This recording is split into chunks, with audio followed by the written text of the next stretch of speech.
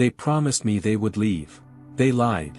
The door creaked open, and I saw them standing there, just as if they'd never left. My heart stopped. No warning. No letter. No explanation. And now, they were back.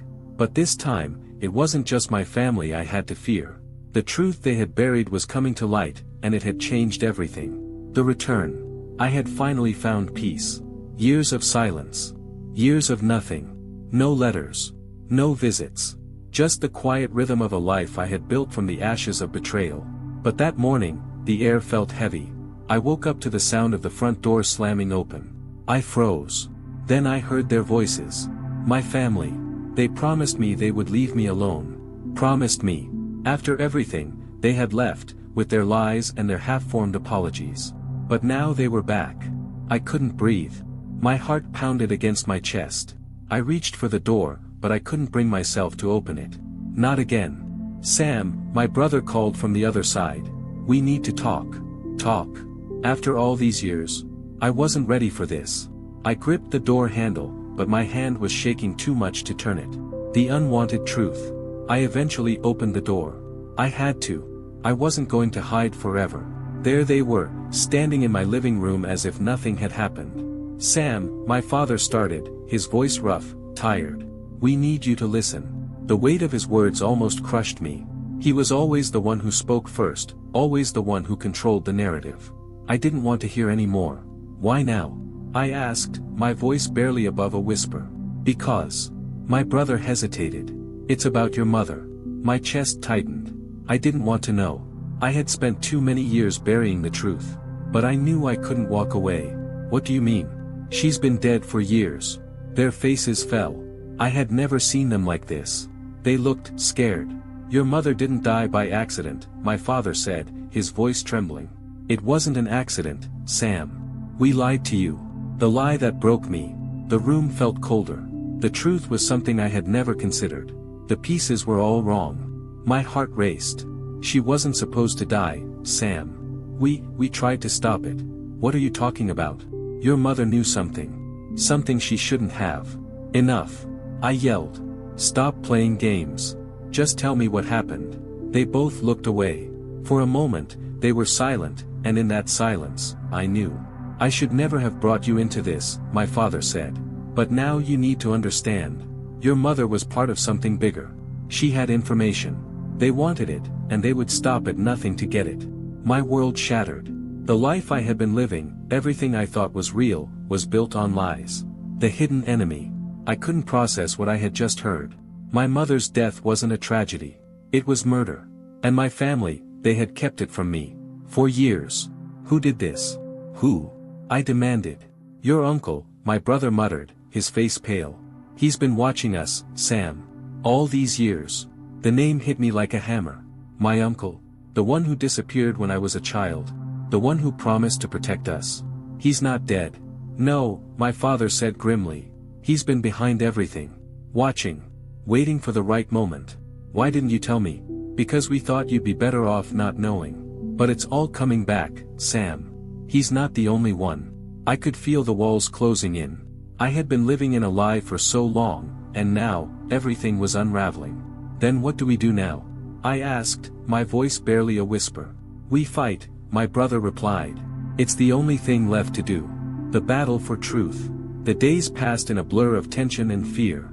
We couldn't trust anyone. Not even each other. My uncle's shadow loomed over us. One night, as I sat alone in my study, I received an unexpected visitor. The figure at the door was familiar, but this time, I wasn't scared. You shouldn't be here, I told them, my voice cold. I know the truth, Sam, they said. And I've come to make sure you hear it. There's more to this than you realize. Who are you? I'm the one who has the power to stop it all. The door slammed shut behind me, and I knew. This wasn't just about my family anymore. This was bigger. Something much darker. But I wasn't afraid. This was my fight now. The final confrontation. I had learned everything I needed to. My uncle had returned, and this time, he wasn't leaving without getting what he wanted. Sam, he said as he stepped out from the shadows, I never wanted you to know this. But now, it's too late. The truth hit harder than any of his lies. He wasn't just a criminal. He was the puppet master pulling the strings of everything I had believed. "You're too late," I said, my voice steady. He laughed, but it was hollow. "You think you can stop me? You think you're in control now?" I didn't answer. I just stepped forward, knowing this was the moment that would decide everything. I was no longer a victim. I was the one in charge now. And no one, not even my uncle, would take that from me. The final battle was here. The betrayal unveiled. The night was darker than usual, the kind of black that wrapped itself around your thoughts and made every movement feel like an invasion. The weight of the truth was still fresh, like a scar too painful to touch. My uncle's face haunted me, his promises and lies tangled with every step I took. I couldn't shake the feeling that something still wasn't right. They had all come back. They had come to finish what they started. But this time, they didn't just want to silence me. They wanted to control everything. I had to face him. I had no choice. The mansion was silent, its grand halls echoing with the sound of my boots on the floor. It wasn't the same place anymore. What used to be home felt like a cold, abandoned ruin. I found him in the library, sitting in the shadows. "I knew you'd come," he said, not even bothering to look up. "What do you want from me?" I asked, trying to keep my voice steady. "You really don't know," he smirked. "You've always been the last to know, Sam. The last to understand. But you'll learn soon enough. What have you done?" My voice was rising now, but it felt weak. It felt like he was the one controlling my anger. "I didn't do anything. But I will finish it." His words were cold, deliberate. "Your mother, she didn't just have information, Sam. She had a weapon. And that weapon belongs to me." I took a step back, everything in me screaming to leave, but I couldn't. "I don't care what she had," I said, though I could feel the panic clawing at me. "What matters now is you. And what you're going to do next." He laughed, low and menacing. "You really think you can stop me? You've been living in the past for too long. It's time you see the truth. I control this, Sam. All of it. The unraveling truth." His words sliced through the air, and for a moment, I could only stare at him, processing the weight of everything I just heard. He wasn't just part of it, he was the heart of it. "Your mother wasn't the only one hiding things," he continued, his voice smooth like honey, but with venom lacing each syllable. "Your father, he's been working with me for years. You were never supposed to know this, but you're here now. And that makes you a problem." "You're lying," I spat, but even as I said it, a sickening thought crept into my mind. The signs had always been there, in the silences, in the things left unsaid. The hidden messages in the old letters. The strange, almost forced distance between my parents and me. He tilted his head, a smile curling at the edge of his lips. "I'm not lying. You've always been the pawn, Sam. The perfect pawn." I gripped the edge of the desk, the blood pounding in my ears. "What are you talking about? My father is with you?" "Not anymore," he chuckled. "But he was. He understood that there were things worth more than family. You were never meant to know the truth. But now you do." I felt the ground shift beneath me, my world twisting into something I couldn't recognize. "Why now? After all this time? Why come back?" His eyes locked onto mine, cold and calculating. "Because now, Sam, you're a part of this too. You always have been. It was just a matter of time before the truth caught up with you. And it will destroy you." The room seemed to shrink, the walls pressing in on me. I couldn't breathe. I had come here for answers, but now, I was drowning in them. The final choice. I knew what I had to do. There was no running, no hiding. Everything had led to this moment. My family. My uncle. All of it. The lies, the betrayal, the manipulation, it all came down to me, standing in that room, facing the man who had destroyed my life. "You don't have to do this," he said, almost casually, as if I were still the little boy he once manipulated. "You can walk away. Let it go." I couldn't breathe. The weight of everything felt unbearable. But in that moment, I realized something. This wasn't about the past anymore. It wasn't about what my family had done or what my uncle wanted. It was about me. I took a step forward, my eyes never leaving his. "I won't walk away. Not anymore." His smile faltered, and for the first time, I saw a flicker of doubt in his eyes. "Then you'll never be free," he said, a sneer on his lips. "You'll always be tied to this." I didn't flinch. Maybe that's true. But I'm not running anymore. The final confrontation. Everything inside me screamed to back down, to let it go, to forget the truth. But I couldn't. The truth had always been my chains. And now it was my strength. I moved faster than I thought I could, reaching for the hidden blade beneath my cloak. My uncle's eyes widened, the surprise in them just enough to give me the advantage. "You won't win," he hissed. "I don't need to win," I said, my voice steady. "I just need to make sure you don't win." The room was silent for a moment, the only sound the quickening beat of my heart. And then, crash. The aftermath. When it was over, when the dust had settled, I stood there, breathing heavily, staring at the wreckage around me. My uncle was gone.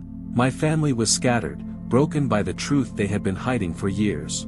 But as I walked away, a strange calmness settled over me. I had faced them. I had faced my demons. And now, I was free. For the first time in my life, I was free. But I could still feel the weight of their promises haunting me, and I knew this was just the beginning. Part 12, The Revelation.